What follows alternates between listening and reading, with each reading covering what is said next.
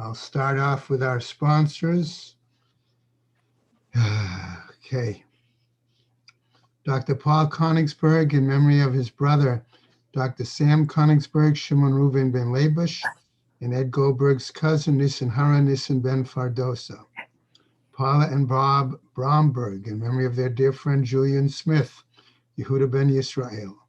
Malcolm Mann, in memory of her family murdered in the Holocaust. Rav Tzvi Hirsch ben Shlomo Yaakov, Sarah bat Ephraim, Yisrael David ben Harav Tzvi Hirsch, Ephraim ben Harav Tzvi Hirsch, Adia bas Harav Tzvi Hirsch, Miriam bas Harav Tzvi Hirsch, Pesel bas Harav Tzvi Hirsch, Shalom ben Harav Tzvi Hirsch, Shlomo Yaakov ben Harav Tzvi Hirsch, Shmuel ben Harav Tzvi Hirsch. The many friends of Dr. Marvin Blush, Moshe Shalom ben Yitzchak Halevi, friends of Toby Peres, Sarah Tova bat Yisrael Dov, friends of Malka Levi, Malka bat Yosef, friends of Avi Gitler, Avram Meir ben Shimon, Cheryl Schur, her children and grandchildren, in memory of her uncle, founding member of BRS, Dr. Israel Brook, Yisrael ben Harav Akiva, Marcia Fetterbush and family, in memory of her husband, Dr. Oriel Paul Fetterbush, Oriel ben Harav Shimon. A month of learning, ending today, Haran and Mel Haller, in memory of her mother, Malka Rachel Bas Yehuda Leib. Adina and Michael Kirshner, in memory of their parents, Florence and Nathan Kirshner, and friend Harriet Friedman. Tova and Leo Zimmer, in memory of her mother, Henya Bas Rav Beryl, and her father, Aharon ben Yosef Mordechai. Perry and Jill Meltzer, in memory of his mother, Malka Bas Baruch, and his sister, Goldalea Bas David Halevi. Carol and Josh Sanborn, in memory of her father, Yehoshua Shia ben Moshe Yehuda HaKohen. Stanley Presser, in memory of his mother, Leah Bas Yehuda, his mother-in-law, Golda Bas Avram, and his wife, Ruchel Mincha Bas Moshe. Ruth Furian and Judy and Edward Boyne, in memory of Ruth and Judy's mother, Hadassah bat Azriel Zelig Miriam, and father Yitzchak ben Yosef for Esther. Have a week of learning by Judy Iger, ending today, in memory of her mother, Bela Bas Anshel Yitzchak. Also ending today by Sherry and Moshe Gross, in memory of her mother, Miriam Bas Meir. Anne and David Klar, the week of learning, starting today, in memory of her mother, Gidel Bas Yaakov, as well as by Sam and Ramona Levine and Charlie Gelfenstein, in memory of Sam's mother and Charlie's mother-in-law, Livsha Bas Avram Shammai, and Sam's father and Charlie's father-in-law, Yechiel Michal ben Harav Alexander Ziskind. We also today have a day of learning sponsored by Bob and Paula Bromberg in memory of his grandfather, Nosson Yitzchak Isaac ben Leib Halevi. May the Neshamas have an aliyah, crank of a fear, velti yashir Shema Tzliah, and the Chol B'nai Yisrael a good gebench shiar. And I'll just add that a day of learning tomorrow in memory of, by Maureen and Jeff Klein, in memory of his father, Reuven ben Shlomo. I know, Ken, you have no control over it, but a little disappointed that it wasn't in the bulletin that we brought in money for a year of learning from friends for Joe Wolf. It should have been. It should have Not been in the bulletin yet? I know, but hopefully it should have been, because we brought it in on Monday. Oh, wow. So it should have been in. Yeah. So I know it's not your the control, but no, I you read off the bulletin, I know. Okay, I'm just going to pencil it in. Friends of Joe Wolf. Right. What is Yaakov? Joe is Yosef ben, I think it was Yosef ben Yisrael. I'm not sure. Yosef ben Yisrael? I'm not 100% sure. Okay. It's been a while since I'm a gabbai. Okay. We'll give a call to the office to get you, get it printed in on something. Uh-huh. Okay, so I understand, as I said, that got to the bottom, excuse me, of Samachet Amud Beis. I'm going to sort of pick up there. Have a piece. Amar Ravashi, says Ravashi. Lamai Dikama Rabbi Eliezer. On what basis, he says, is Rabbi Eliezer arguing? When he argued against, remember, Rabbi Yehoshua, and Rabbi Akiva came to Rabbi Yehoshua's support. Nami Yom Tov, Reshut Ible, Pircha. Even this argument, he says, when you compare it, try to use the learning based on Yom Tov to Shabbos, okay? Or based really on Yom Tov, normal Yom Tov to Pesach. There's an argument, one can challenge it. Uma Yom Tov shehitir bo malacha shel reshut. Whereas on Yom Tov, one was permitted varieties of work that are permissible. Lo hitir shvut she'ima. One did not permit the rabbinic prohibitions that go along with it. Shabbat, shelo hitir ba ela malacha shel mitzvah. On Shabbat, where we only permitted certain kinds of work that were done for the, I'll say, pure sake of a mitzvah. Eino din shelo tatir shvut she'ima.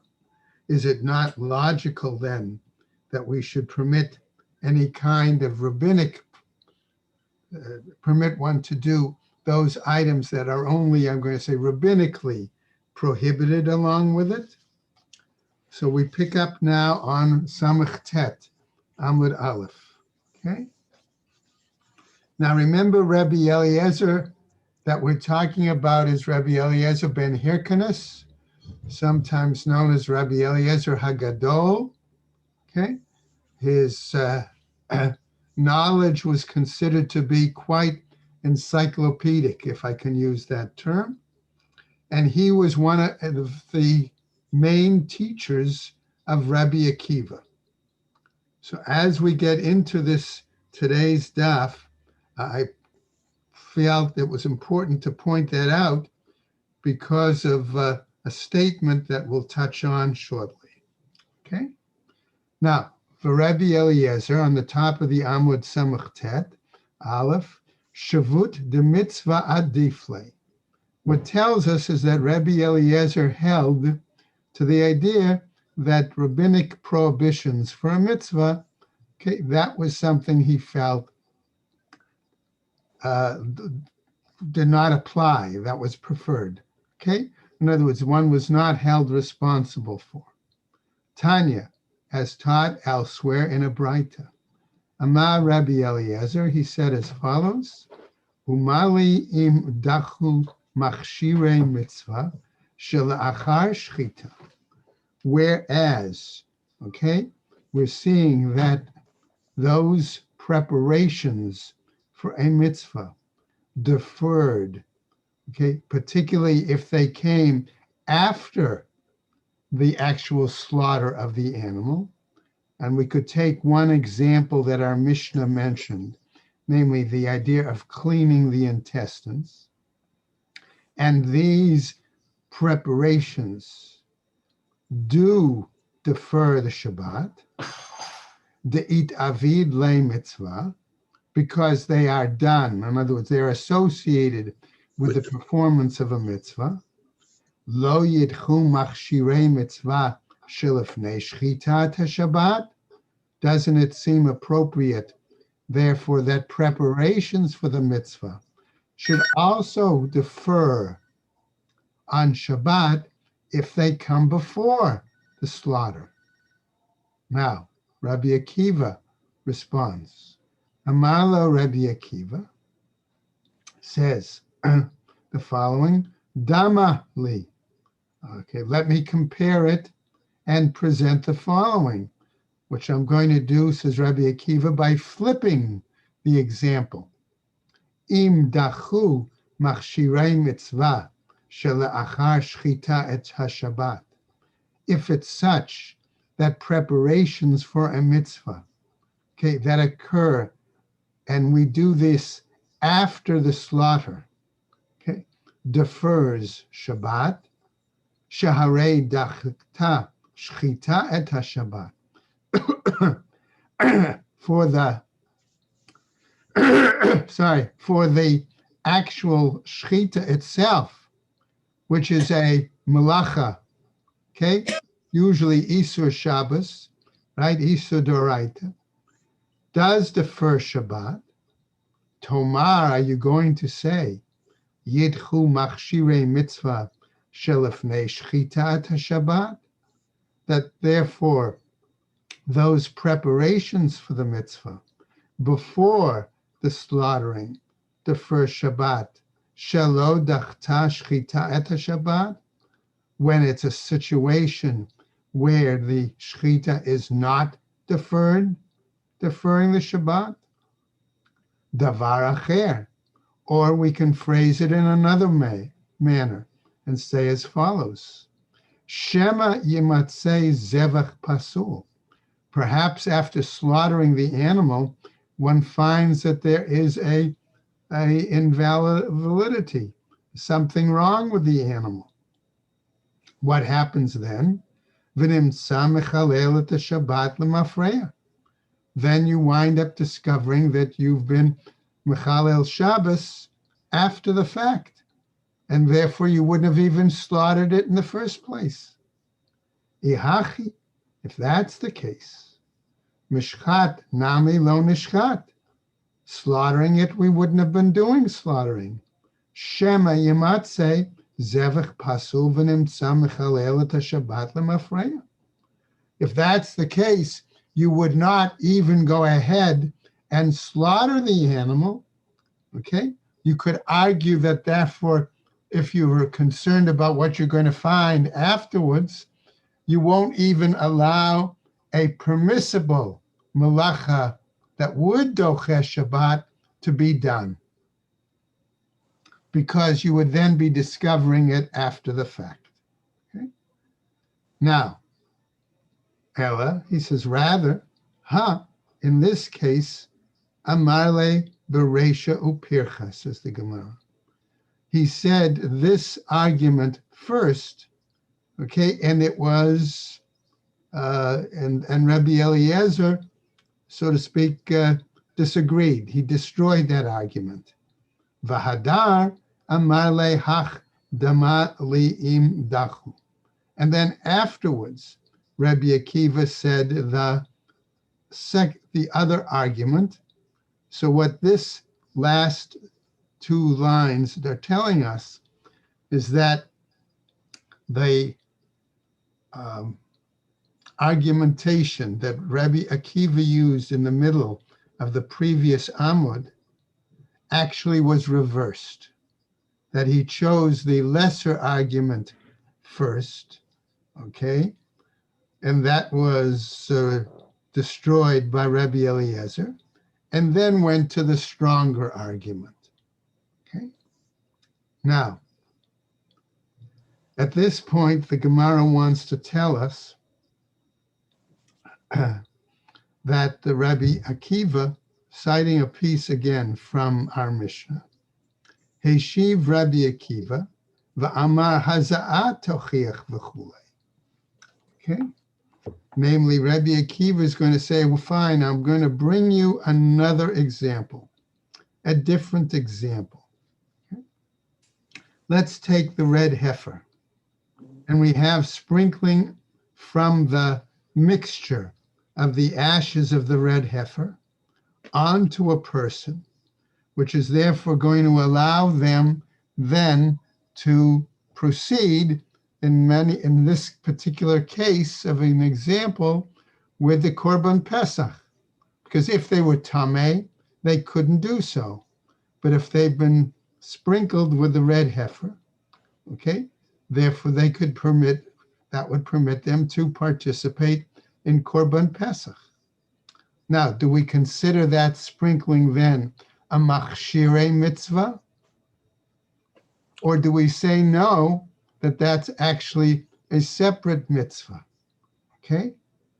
Removing them from Tuma, okay? So, Tanya, and a Braita teaches, okay? So, having suggested this idea, implying that the sprinkling by the red heifer is really only a tachshir, right? A machshire mitzvah. That would seem to imply that machshire mitzvah does have a place, okay? But we know clearly that that sprinkling cannot be done on Shabbat. So when he makes this suggestion, let's notice now what Rabbi Eliezer's response is. Amar lo Rabbi Eliezer, he said to him, Akiva, b'shchita hishpatani, b'shchita tehei mitato. Okay, so Rabbi Eliezer responds, you answered me by trying to prove your point by suggesting shchita is going to disprove my position. Through some sort of slaughter is going to be your end. Actually, Yerushalmi, according to the notes, actually has that language, mitatcha, instead of mitato. So both the Art Scroll and the Koran go into long notes here as to whether Rabbi Eliezer is actually cursing Akiva or whether Akiva was actually not trying to show up his teacher, Rabbi Eliezer, but try to remind him of some other learning. Okay, so let's go on now as we see this point. Amarlo, Akiva responds, Rebbe, he says, Al tachpireni b'sha'at hadin, don't deny me, okay? Or don't deny what I'm telling you at this time of our discussion. Kach mikublani mimcha, because this is what I received from you, okay? Haza'ah, that the sprinkling of the red heifer, right? Water, right? Shavuti, that is a rabbinic prohibition to be done on Shabbat. Ve'ena dochet Shabbat, and it does not defer Shabbat. V'chi me'achar dehu agamare, and since it's a situation that afterwards he learned it from him, so he asks the Gemara, Ma'itama kahadarbe. If, in other words, why, if at first Rabbi Eliezer had taught such a message to Akiva, why now does it seem to imply that Rabbi Eliezer changed his mind, saying Machshire mitzvah can doche Shabbat? Amar Ula. So Ula attempts to explain what would appear perhaps to be a change of view on the part of Rabbi Eliezer. Amar Ula. Rabbi Eliezer, when Rabbi Eliezer said this initial statement that Machshire mitzvah cannot defer Shabbat, ki agmarei haza'ah de truma agmarei. He taught it regarding the sprinkling of a Kohen to enable the Kohen to eat truma. That's what he talked about, that it wasn't feasible. It didn't apply. The truma gufa lo dachya Shabbat, because the eating of truma itself does not defer the Shabbat. So Gemara explains, Rabbi Akiva nami, Rabbi Akiva also, ki otve, when he answered him, haza'ah de truma otve, he was really answering him in regards to the lesson he had taught, I'm saying, regarding truma. That's what he answered him.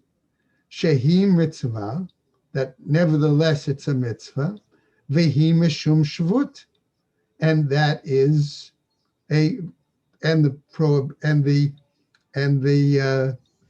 there's a rabbinic prohibition for that regarding truma on Shabbat. Vahu, I'm going to say, but him, namely Rabbi Eliezer, savar haza'ah de Pesach kamotivle. He was under the impression that Akiva was answering him in regards to the issue of sprinkling, okay, to enable someone to eat the Korban Pesach. That's what he thought he was answering. And so therefore he thought Akiva was, basically challenging him or an affront to him. Now, not everybody is happy with Ula's explanation, particularly now Rava. Meitiv Rava. Rava answered as follows.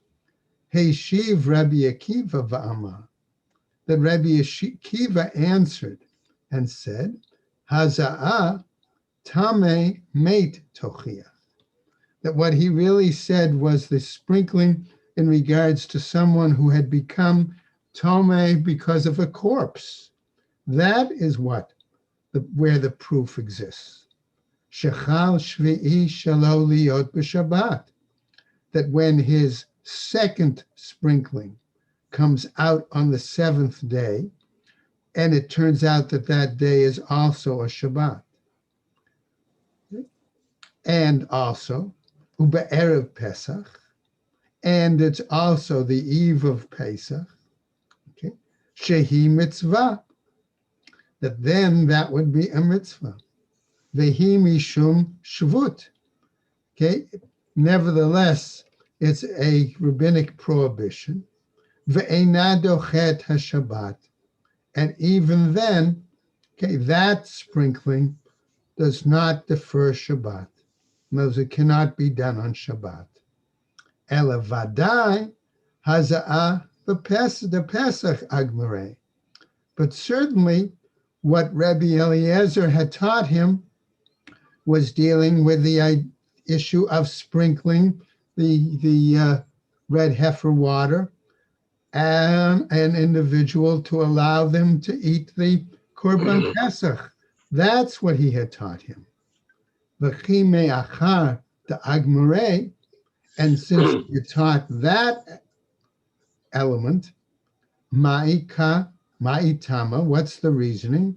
Kaparich le Rabbi Eliezer. Then what is the reason that Rabbi Eliezer challenged him and answered him back? Gemara tells us the following.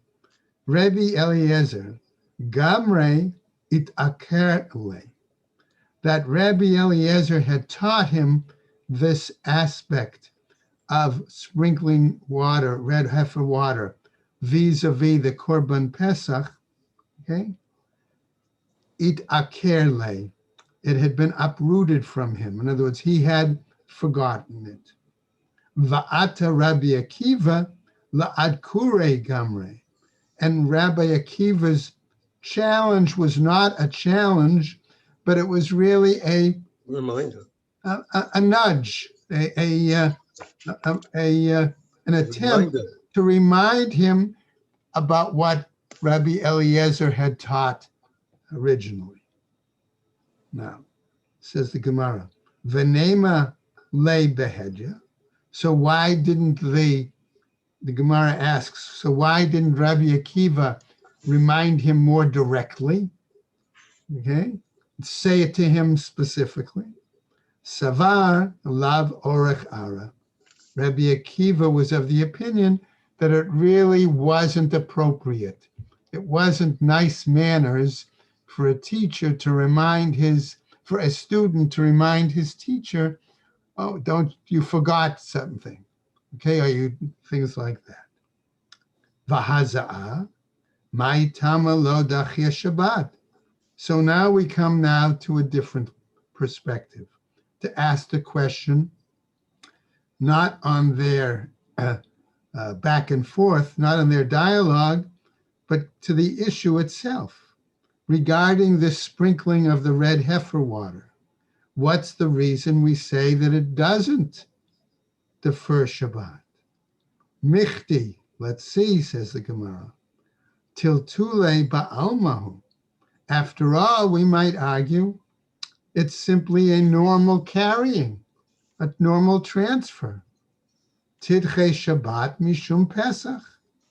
And therefore, it ought to be able to be something to be done. If it's being done for the purpose of allowing, if it's a machshire mitzvah, allowing a person to eat korban Pesach, shouldn't we therefore say that for that reason it should defer Shabbat? Right? Exclamation mark. Amar Rava. Says Rava Gezerah. It was a decree. Shema Yitlena v'Yavirena Arba Amot B'Reshut Harabim. Lest it occur that someone actually pick up and take the container and carry it and transfer it more than the appropriate amount, the distance of 4 amos through a public domain. Ula Rabbi Eliezer, Na'avre. So let Rabbi Eliezer say, let him carry it, right? Daha Amar Rabbi Eliezer, because here, wasn't it Rabbi Eliezer who clearly says, Machshire mitzvah dochinet haShabbat, that preparations for a mitzvah do defer Shabbat. Amar, he says, Hani mili hecha de gavra gufe chazi. No, he says, what we understand is that we say that when he said, Rabbi Eliezer said that, it was where number one, okay, these words were implying where the person himself was fit to do the mitzvah. Secondly, Varami chiyuva alei, and the obligation was upon him. Aval hacha, but in this case of the person who's tameh, okay, and needs to have the red heifer water sprinkled on him to enable him to be able to eat Korban Pesach, participate in Korban Pesach, okay? Hacha de gavra gufe lo chazi, because now at that moment when he's tameh, he's really not fit to be able to do the mitzvah. Not only that, okay, lo rami, right? Chiyuva alei, and therefore the obligation is not upon him at that moment. Furthermore, Amar Rava, he says also, L'divrei Rabbi Eliezer, according to the view of Rabbi Eliezer, okay, we could make the possible parallel. Katan bari, when you have a healthy newborn, mechamin lo chamin lahavroto ulemulo b'Shabbat. It's permissible to heat water, okay, to bathe him and in order to get him prepared for his circumcision on Shabbat. Daha chazile, because he is fit, ready for the circumcision. Katan choleh, but an ill newborn, okay? Ein mechamim lo chamim lahavroto ulemulo. We do not heat up the water on Shabbat in order to bathe him, in order to circumcise him. Dahalo chazile, because here he's not fit for it. Amar Rava, says Rava, v'ibari, but Rava says, but if he's healthy, lama le chamin lavroto, why do we even need the hot water to bathe him up? Ela Amar Rava, but rather Rava tells us, Hakol chulin or cholin hein eitzel mila. All infants, okay, are considered like being sick, okay, in anticipation of their circumcision. Echad katan bari ve'echad katan choleh, regardless if it's a healthy child or if it seems to be a sick child. Ein mechamin lo chamin lahavroto ulemulo b'Shabbat. We do not heat up the water to bathe him and in order to circumcise him on Shabbat. Why?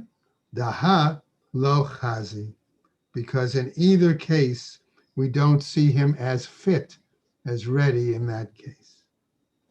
Now, there's a challenge. Etive Abai. Abai says, wait a second, I'll give you a challenge from a Braita that gives us a somewhat another parallel example. Areo, somebody who's uncircumcised. Shelomal, okay, if he doesn't arrange for his circumcision, okay, on the 14th or before then, okay, what happens? If he doesn't bring a Korban Pesach, not only on Pesach itself, but he also doesn't bring it and do the circumcision such that he could bring a Korban Pesach on Pesach Sheni, the end result is Anush Koret, that he's going to be punished with Karis. Divrei Rebbe Eliezer. That's the view of Rebbe Eliezer, says Abaye. Vahahacha, okay, but here, says Abaye, in this case, the Gavra Gufe Lo Chaze. We would say because the person is not fit. Ukatani Anush Karet. Nevertheless, however, the Braita says that the person could be punished with the chorus. Alma Rami Chiyuva Ale. Therefore, this would seem to say that nevertheless we place the obligation upon him. Amar Rabba. Rabba responds, Kasavar Rabbi Eliezer. That's the view of Rabbi Eliezer. Namely, Ein Shochtin V'Zorkin Al Tamei Sheretz. Also, he has another view, Rabbi Eliezer, that a person who became Tamei by contact with a Sheretz, okay, and now wants to participate in the Korban Pesach, right? We don't slaughter the animal and we don't sprinkle, okay, for that person, right? V'kol she'ilu biyachid nidche. And when it's a situation of an individual, okay, it gets put off. But tzibur, whereas when it's a situation of a communal nature, avdei betuma, they nevertheless will carry out the Korban Pesach, okay, in a Tuma situation. Chol milta de ita betzibur, ita biyachid. And Rabbi Eliezer holds also that whenever there is something that is to be practiced vis-a-vis the community, it also applies vis-a-vis the individual. V'chol milta deleta betzibur. And a situation, a thing that doesn't apply for the community, leta biyachid, doesn't apply to the individual.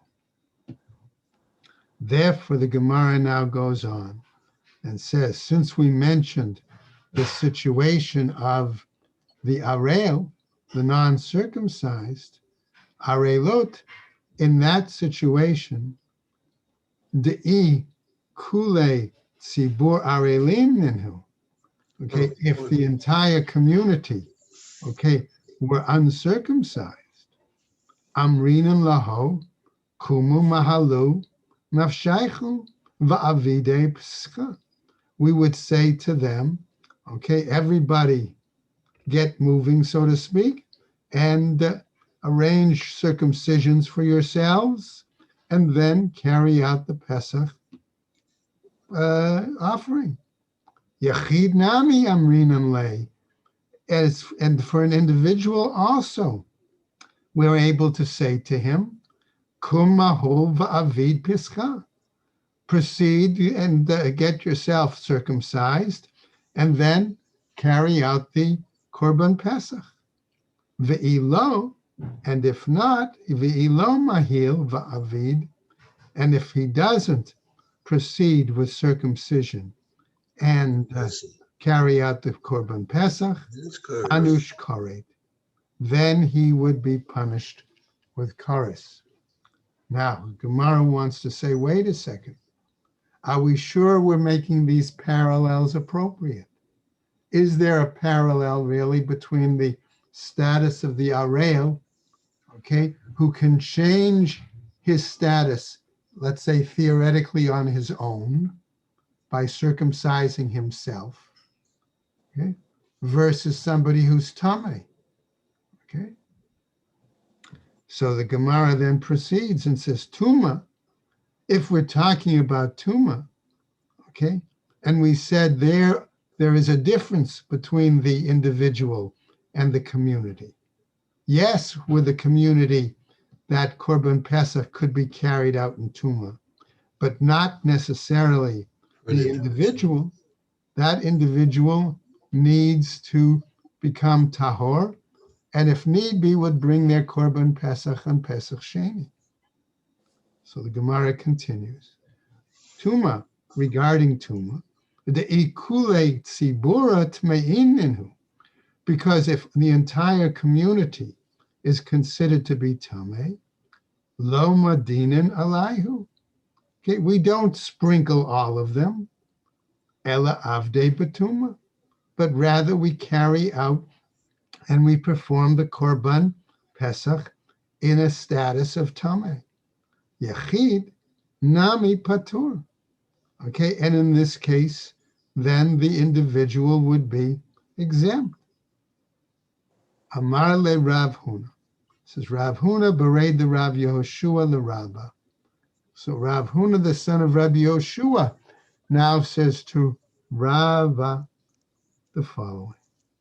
Vahare Pesach Sheni delite betzibur ve'ite biyachid. Says, but what about the fact that we have the example of Pesach Sheni that's not applicable for the community, but it is applicable for an individual? So Rava responds, Amarle, and he said to him, Shani hatam, it's different there. Daha avad le tzibura berishon. Okay, namely, okay, that there the community can carry out its Korban Pesach on the first, I'm going to say, occasion, namely on Pesach, original Pesach. Okay, that's different. So that makes the difference between the individual and the community. Now, however, a Braita is brought as a challenge. Mei tive will challenge with the following. Yechol lo yehe anush karet. We might have thought, said the Gemara, that a person, okay, who doesn't bring a Korban Pesach, okay, is going to be punished with kares only under certain circumstances, right? Ella, rather, shahayat tahor, okay, all right, regarding whether or not they were tahor or tameh, v'shelo haya b'derech rechalka, or only if they weren't, right, in a situation where they were distant. Okay? In other words, maybe those are the only two exclusions, okay, or exceptions. Arel, okay, whereas, says the Spraita, somebody who's uncircumcised, vitame sheretz, or somebody who became tame from contact with a sheretz, v'sha'ar kol hatme'in, or other individuals who are tame, minayin, how do we know that it applies to them as well? Okay. Talmud Lomar. Okay. The text teaches veha'ish, and the man.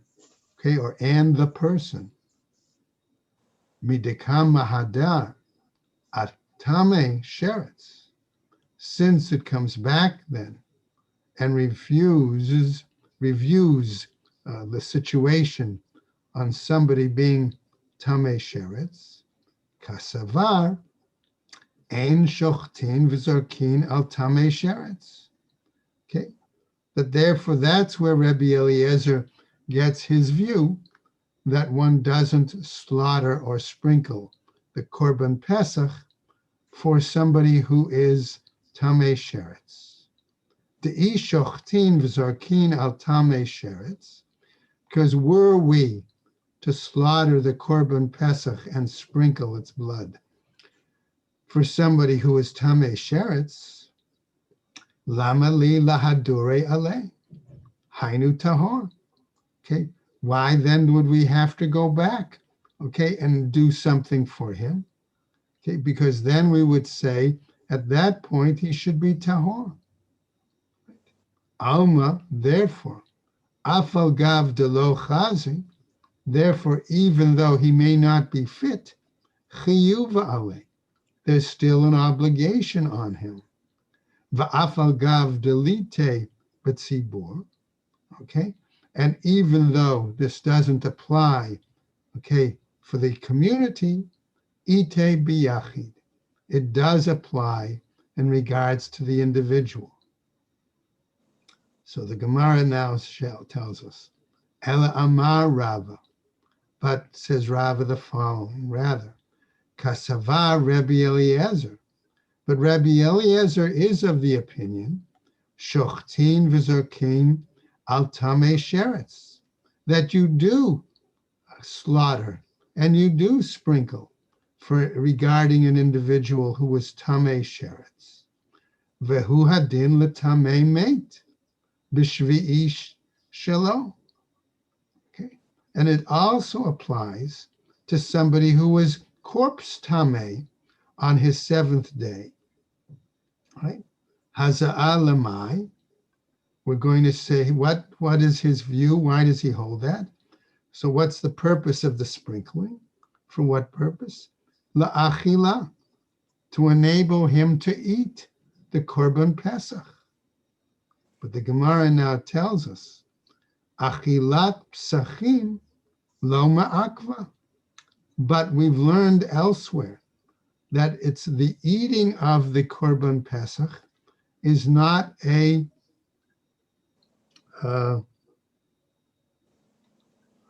best, okay? It doesn't hold up. In other words, it doesn't, the fact that one can't eat it does not remove or limit or defer one from having fulfilled the mitzvah of korban pesach.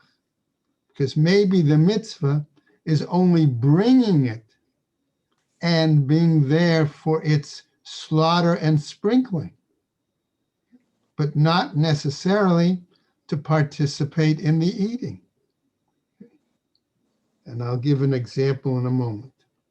Amarle, he said to him, Rav Ada bar Ava l'Rabba, im came, if that's the case, nimtza pesach nishchat shelo la'achlav, that it's possible then that someone can have their korban pesach slaughtered without the intention of eating it. Amarle, he said to him, shelo la'ochlav, that it's not for ones that could eat of it.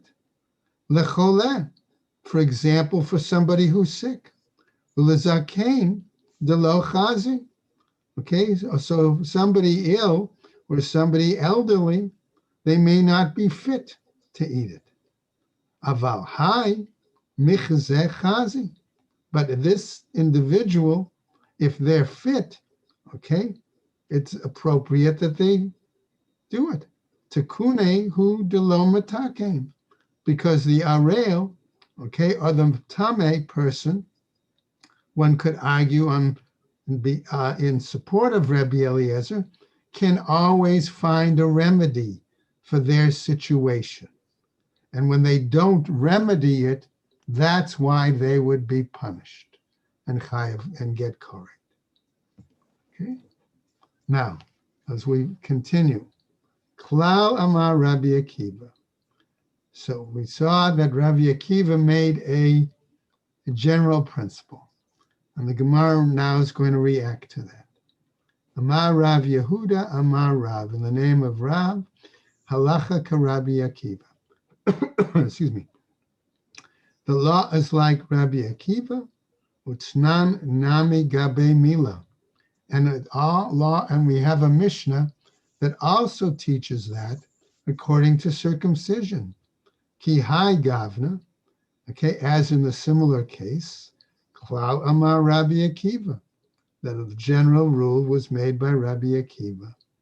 Kol malacha she'afshar la'asota me'erev Shabbat, any kind of work that it's possible to do before Shabbos, as the example of heating up the water, okay, for the infant that may have their bris on Shabbos, eina dochet haShabbat. That work does not defer the Shabbos. Mila, in regards to circumcision, she'iyavshar la'asota me'erev Shabbat, where it may not be possible to do something on Erev Shabbat. For example, okay, as we said before, the heating of the water, doche et Shabbat, would, in that situation, defer Shabbat. Va'amar Rav Yehuda Amar Rav, and Rav Yehuda said in the name of Rav, halacha ka Rabbi Akiva. Okay. So now we have two examples. One regards to Mila, and one regards to the other item that we were talking about, Korban. Utzrichem, why do we need both examples, asks the Gemara. We do. De'i ashme'inen gabe Pesach. Because if we had only learned it about Korban Pesach, Hatam, in that case, Dehu machshirei mitzvah, where we're talking about preparations for a mitzvah, lo dachu Shabbat, mishum de lo nichratu alei shalosh esrei britot. Because we could argue that the reason the issue of Korban Pesach preparations don't defer Shabbat is because it's not written about it 13 times the mention of Brit, Aval Mila. But whereas for circumcision, the Nichratu alei shalosh esrei britot, where there in its discussion 13 times the word Brit, covenant, is mentioned, Ema lidche, I would say that it does defer.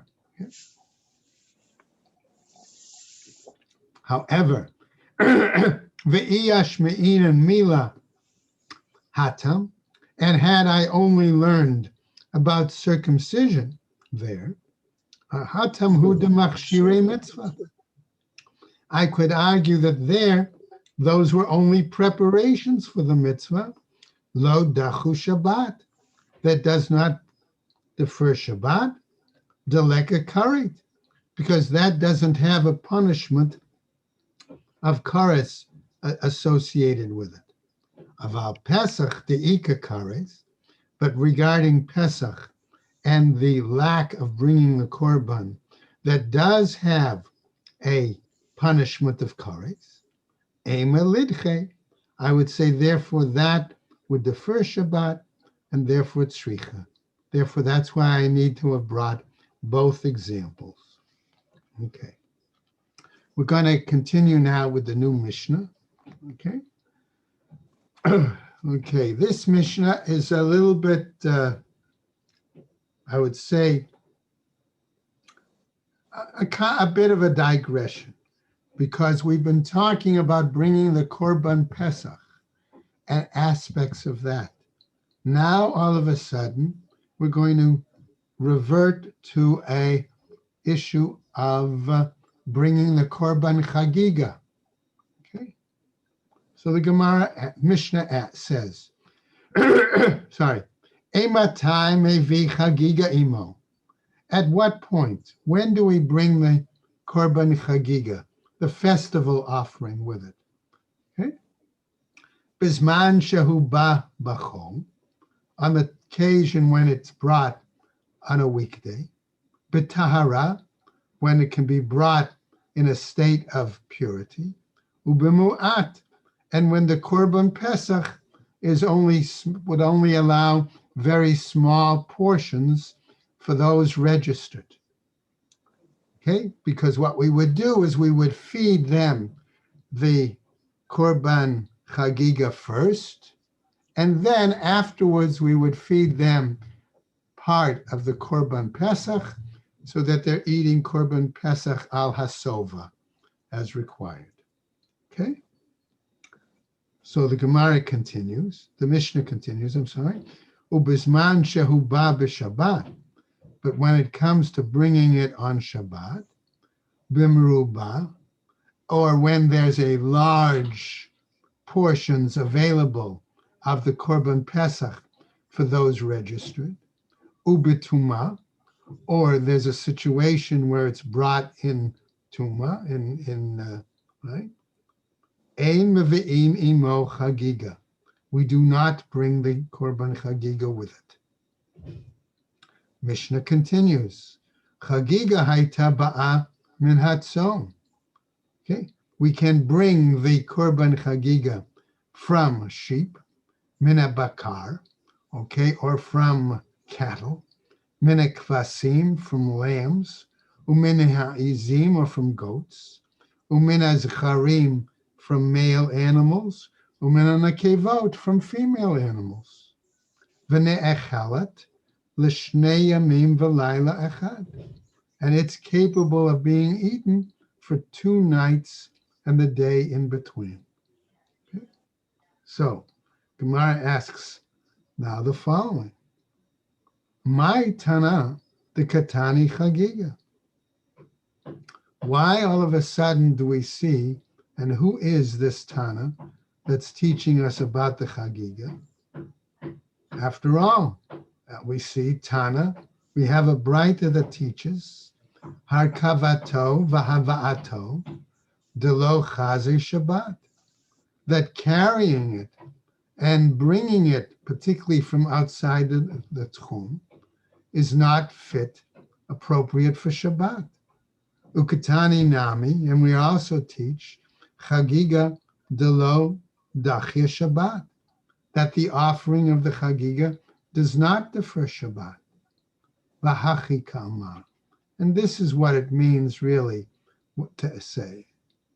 Ematai mevi'in imo Chagiga bizman shehu ba bechol b'tahara uvma'at. At what point is it appropriate to bring with the Korban Pesach the Chagiga?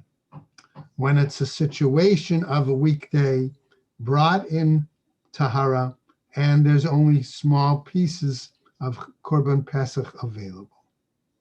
Amar Rav Ashi, says Rav Ashi, Shmamina. We learn from this Chagigat Arba'a Asar Lav Chovahi, that it would seem that the Chagiga brought on the 14th, to be brought on the 14th, is not a obligation. The Isa Gadata Chovahi, because if you thought it was an obligation, Titi b'Shabbat, so bring it on Shabbat. V'titi b'Meruba, and then so bring it regardless of the size of the portion people might get from the Korban Pesach, even if they were to get a large portion. V'tite betuma, and therefore bring it also if the Korban Pesach is offered in Toma. Ubemu'at, but when it's only a small portion of Korban Pesach available, mihu, my tama atya. Nevertheless, so why even bring it? Kedetanya. Why? Because it's taught in a Braita. Chagiga haba'a im haPesach ne'echelet tchila kedei shehiyeh Pesach ne'echal al hasova. Okay, that we bring the Chagiga along with the Korban Pesach, And the chagiga then is eaten earlier so that people can eat their korban pesach al hasova. And we're going to stop right there.